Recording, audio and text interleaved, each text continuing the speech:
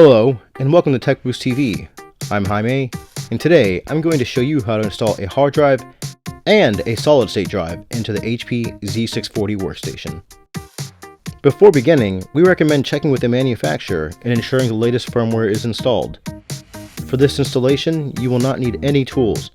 We recommend going through this process with the workstation on its side to have better access to the system's interior.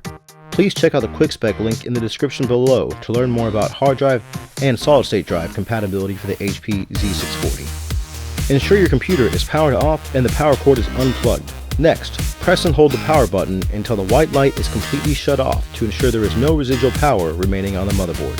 We also highly recommend you check the manufacturer's user manual and comply with the recommended safety instructions. To open the system, lift the latch found on the side. If the latch is locked, please ensure you use the included keys to unlock the panel like so. Now remove the panel to reveal the interior. Please set the panel away from the system.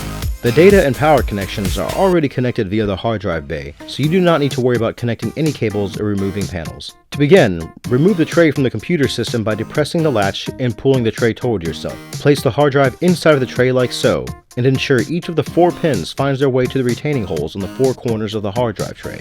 Once properly mounted, the hard drive will be flush with the tray, and you can reinsert the tray back into the bay. Lift the latch up to lock it in place. If you are installing a solid-state drive, also known as an SSD, the process is the same except that you will need a drive bay converter.